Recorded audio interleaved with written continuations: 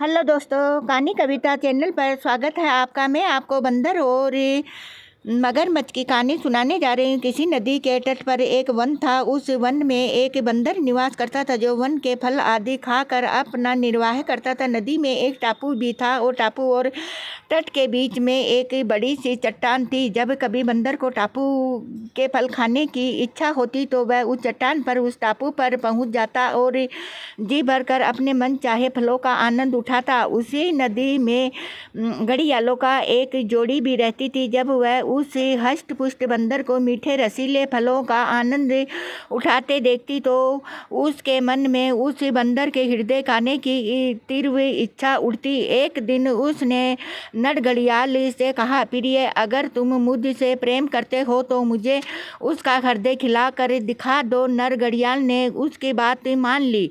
दूसरे दिन बंदर जैसे ही टापू पर पहुंचा, नर घड़ियाल टापू और नदी के बीच के चट्टान के निचले हिस्से पर चिपक गया। वह बंदर एक बुद्धिमान प्राणी था।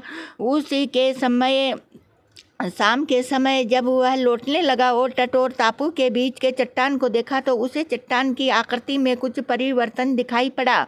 उसने तत्काल समझ लिया कि जरूर कुछ गड़बड़ी है। तथ्य का पता लगाने के लिए उसने चट्टान को नमस्कार करते हुए कहा, हे चट्टान मित्र, आज तुम शांत कैसे हो? मेरा अभिवादन भी स्वीकार नहीं कर रही हो। घड़ियाल ने समझा शायद चट्टान और बंदर हमेशा बात करते रहते हैं, इसलिए उसने स्वर बदल कर बंदर के नमस्कार का प्रत्युत्तर दे डाला। बंदर की आकांक्षा सत्य निकली। बंदर टापू में से ही रुक तो सकता था, मगर टापू में उसके निर्वाह के लिए पर्याप्त आहार उपलब्ध नहीं था। जीविका के लिए उसका वापस वन लौटना अनिवार्य था। अतः अपने परेशानी का निदान ढूंढते हुए उसने घड़ियाल से कहा, मित्र, चट्टान तो कभी बातें नहीं करती, तुम कौन हो और क्या चाहते हो? दम्भी घड़ियाल ने जब उसके सामने प्रकट होकर कहा, ओ बंदर, मैं एक घड़ियाल हूँ और तुम्हारा हृदय अपनी पत्नी को खिलाना चाहता हूँ। तभी बंदर को एक युक्ति सूझी।